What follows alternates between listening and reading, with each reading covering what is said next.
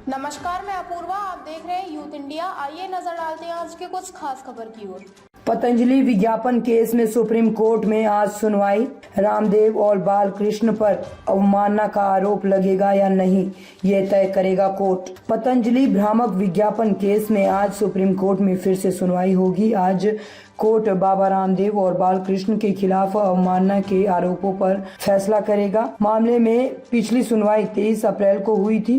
पतंजलि की ओर से एडवोकेट मुकुल रोहतगी ने जस्टिस हिमा कोहली और जस्टिस अहसानुद्दीन अमानुल्लाह की बेंच से कहा था कि हमने माफीनामा फाइल कर दिया है, इसे 67 अखबारों में पब्लिश किया गया है। इस पर जस्टिस हिमा कोहली ने कहा कि आपके विज्ञापन जैसे रहते थे, इस एड का भी साइज वही था। कृपया इन विज्ञापनों की कटिंग लाकर हमें दें, हम इसका वास्तविक साइज देखना चाहते हैं, ये हमारा निर्देश है। जस्टिस कोहली ने कहा कि जब आप कोई विज्ञापन प्रकाशित करते हैं तो इसका मतलब ये नहीं है कि हम उसे माइक्रोस्कोप से देखेंगे, सिर्फ पन्ने पर ना हो, पढ़ा भी जाना चाहिए। कोर्ट ने रामदेव और बालकृष्ण को निर्देश दिया था कि अगले 2 दिन में वे ऑन रिकॉर्ड माफीनामा जारी करें जिसमें लिखा हो कि उन्होंने गलती की है। चारधाम यात्रा पर पहली बार श्रद्धालुओं की संख्या समिति। केदारनाथ में रोज 15,000, बद्रीनाथ में 16,000 लोग ही दर्शन कर पाएंगे। उत्तराखंड में चारधाम यात्रा 10 मई से शुरू हो रही है। इसके लिए अब तक 19 लाख से ज्यादा श्रद्धालु रजिस्ट्रेशन करवा चुके हैं। पिछले साल रिकॉर्ड 55 लाख लोग पहुंचे थे और इसीलिए कई बार व्यवस्थाएं गड़बड़ा गई थी।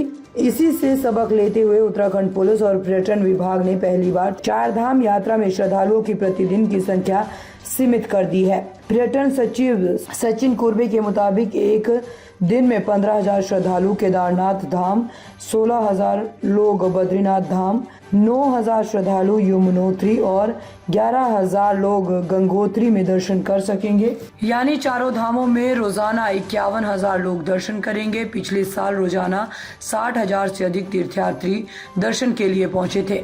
ऋषिकेश के बाद यात्रियों को रोकने के लिए बैरियर कस्बे तय किए गए हैं। अगर कोई बद्रीनाथ जाना चाहता है तो उन्हें सबसे पहले श्रीनगर में रोका जाएगा।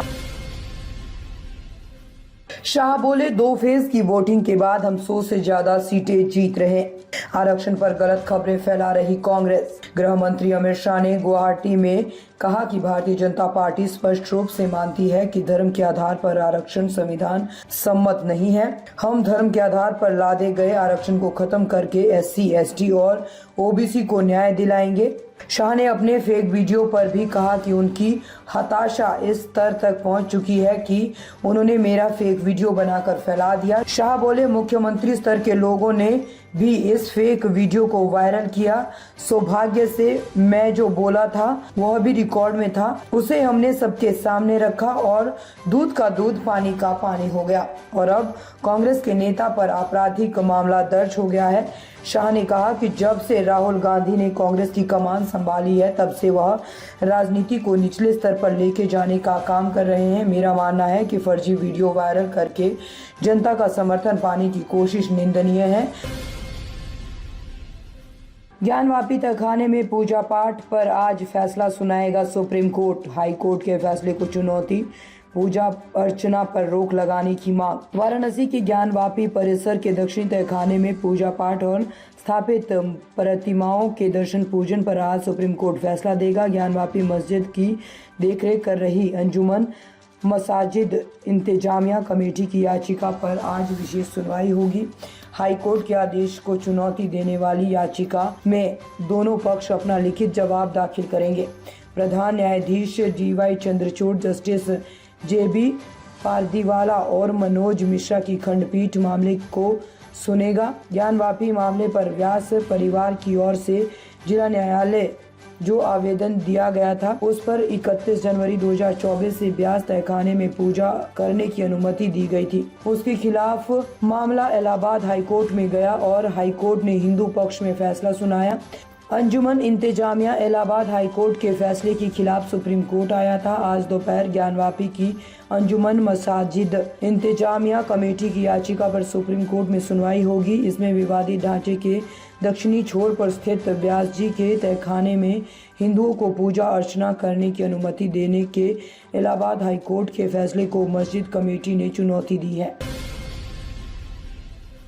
मोदी बोले, कांग्रेस का पंजा जनता का पैसा लूटता था। जिसके पास 400 सांसद थे वो पार्टी 250 लोगों को चुनाव भी नहीं लड़वा पा रही। लोकसभा चुनाव के प्रचार के लिए मोदी ने मंगलवार यानी 30 अप्रैल को महाराष्ट्र के माढा में जनसभा की। उन्होंने कहा, कांग्रेस का पंजा जनता का पैसा लूटता था। जिसके पास 400 सांसद थे वो 250 लोगों को चुनाव भी नहीं लड़वा पा रही है।